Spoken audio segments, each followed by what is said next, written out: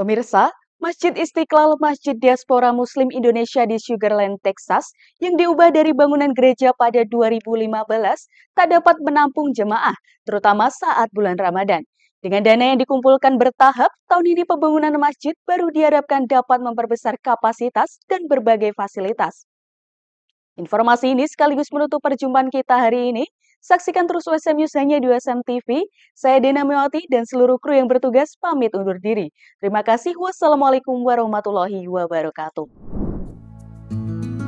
It's super important to have Indonesian influence in the mosques. I think a lot of Indonesian Muslims in America aren't very well known in the public, and it's crazy because I think Indonesia is like the biggest Muslim population in the world. Menampilkan wajah Indonesia yang dipadukan dengan desain tradisional memang menjadi bagian dakwah memperkenalkan Islam dan Indonesia dalam merancang pembangunan Masjid Istiqlal di Sugar Land, tak jauh dari kota Houston, Texas. As our community has started to grow larger, we really need to have the space to accommodate our jama'ah to park as well as to just pray, because while this has been good for the past few years, we definitely needed to expand. Masjid baru Diaspora Indonesia ini memang dibutuhkan untuk mengakomodasi jemaah yang semakin bertambah, terutama saat Ramadan. Kapasitas masjid lama yang terbatas membuat jemaah pria terpaksa melakukan sholat di luar.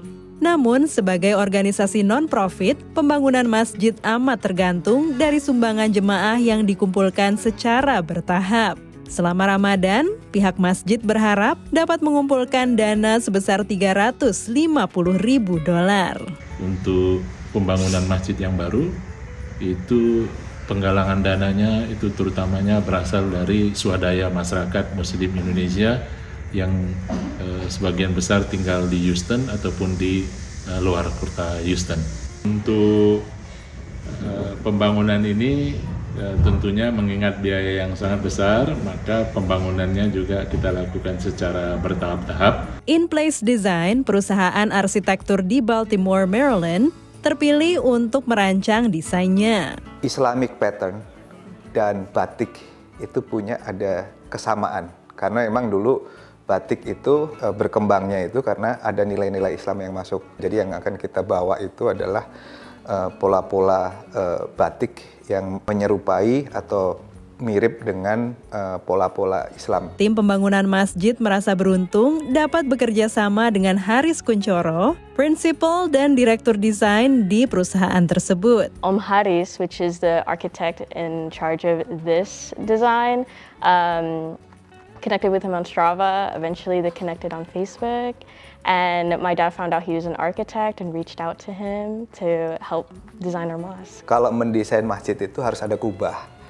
Kalau mendesain masjid itu harus seperti yang di Middle East. Sebetulnya nggak harus seperti itu, gitu ya. Jadi ya satu masalah fungsi kan sebetulnya. Mau bentuknya seperti apapun juga bisa ya. Cuman memang branding itu perlu, dan tugas kami ini di sini sebagai desainer dan arsitek, gitu, bagaimana bisa mendesain atau merumuskan bahwa kalau melihat ada masjid, oh itu Masjid Indonesia. Saat ini konstruksi masjid dan lapangan parkir sudah mulai berjalan. Dengan dukungan dana yang cukup, masjid baru diharapkan akan dapat mulai dipakai tahun ini. With this new mosque, the design of the building will be facing the Kaabah, so it'll be a lot more ergonomical. So it'll be really nice in that sense. And then there's another building on top of that for like a multi-purpose activity room and a bigger place to do wudu and stuff. Because right now, if you saw the bathroom, it's pretty small, right? Kapasitas lebih besar dengan berbagai fasilitas akan memungkinkan masjid melayani jemaah dari berbagai kalangan usia dan bangsa, tak hanya Muslim Indonesia. Dari Sugar Land, Texas dan Baltimore, Maryland, tim VOA.